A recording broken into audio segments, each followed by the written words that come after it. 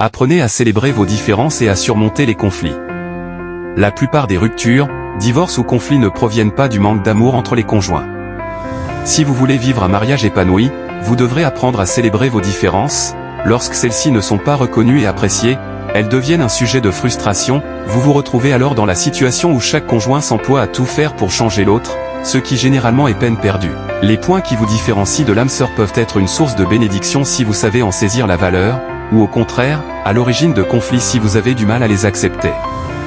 Et cette accumulation des petits désaccords au quotidien qui, comme un cancer, finissent par ronger la joie du mariage, ces petites frustrations, accumulées jour après jour, finissent par conduire à des séparations, parce que petit à petit l'un de conjoints n'accepte plus de faire des efforts, et préfère jeter l'éponge. Ce sont les petits renards qui ravagent les vignes. Cantique des Cantiques 2 verset 15.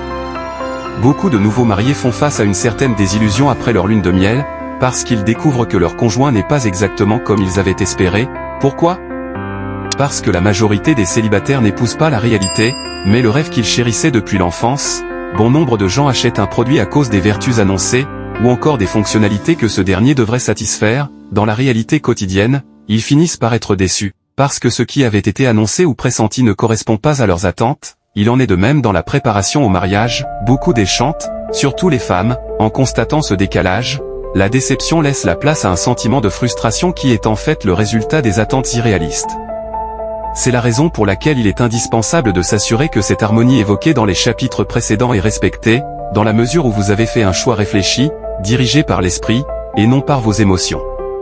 Toutefois, même lorsque vous avez respecté les critères divins évoqués dans le chapitre antérieur, même lorsque vous êtes parfaitement en phase dans les domaines spirituels, émotionnels et physiques, il n'empêche que vous devrez reconnaître et accepter vos différences. Dans une relation de couple, ce sont généralement les individus complémentaires qui s'attirent. En effet, l'homme et la femme sont appelés par Dieu à se complémenter, plus qu'à se compléter.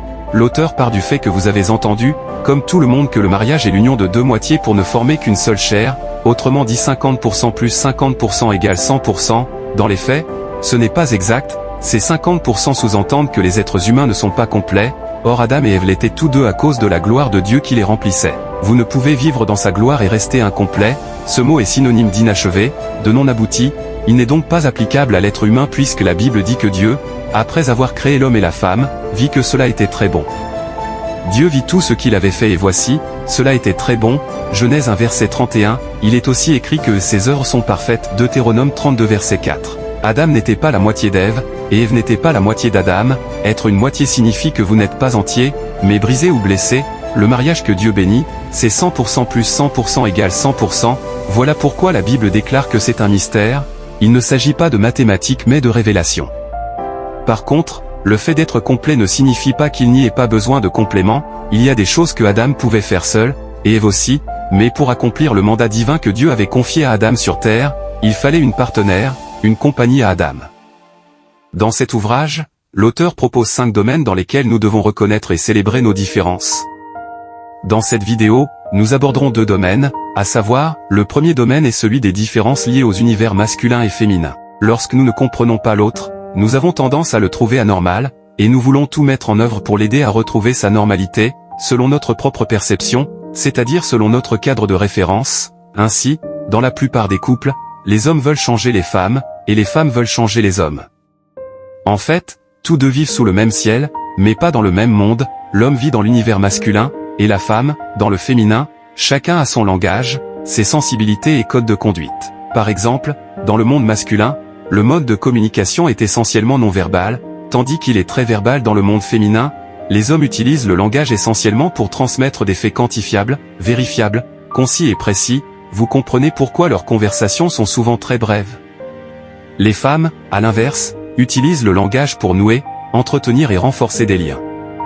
Le plus important n'est pas ce qui est dit, mais simplement ce fait de communiquer. Le deuxième domaine est celui des différences liées aux besoins des hommes et des femmes. La méconnaissance des besoins de l'autre nous conduit naturellement à lui donner ce que nous aimerions recevoir, et non ce dont il a besoin. Pourquoi ? Parce que nous considérons à tort, que ce qui est vital pour nous l'est aussi pour notre partenaire. Ceci peut être fondé lorsque vous opérez dans le même univers, par exemple, entre femmes, ou entre hommes, mais pas lorsque vous habitez dans des mondes différents. Ainsi, lorsqu'une femme veut faire plaisir à son mari, elle pense à une sortie en amoureux au restaurant avec dîner aux chandelles, ou encore à un de ces programmes raffinés dont seules les femmes ont le secret. Dans son univers, si on lui proposait ce genre de programme, elle serait aux anges. Ce serait d'ailleurs une excellente manière de répondre à ce besoin vital qu'a une femme de se sentir aimée. Cependant, cela ne comble pas le besoin premier de l'homme qui est celui de se sentir respecté par son épouse. Femme, témoigner votre amour à celui qui partage ou partagera votre vie ne satisfait pas totalement son besoin de se sentir respecté. De même, qu'à l'homme, il faut plus que de la révérence pour remplir la coupe émotionnelle de la femme qui est en quête d'amour. Les autres domaines sont les suivants, les différences de personnalité, les différences de croyances et de valeurs, et les différences d'expérience. Dans ce chapitre, l'auteur répond à des questions portant sur les différences de paradigme entre autres. Que faire si la femme est plus âgée qu'un homme? Quel devrait être l'écart d'âge entre un homme et une femme qui veulent se marier? Comment faisons-nous pour choisir l'église dans laquelle nous irons, si chacun sert activement le Seigneur dans deux églises différentes? Le chapitre se termine par 6 principes complémentaires qui vous aideront à mieux connaître et à comprendre l'univers masculin ou féminin, ainsi que certains des besoins fondamentaux de l'âme sœur.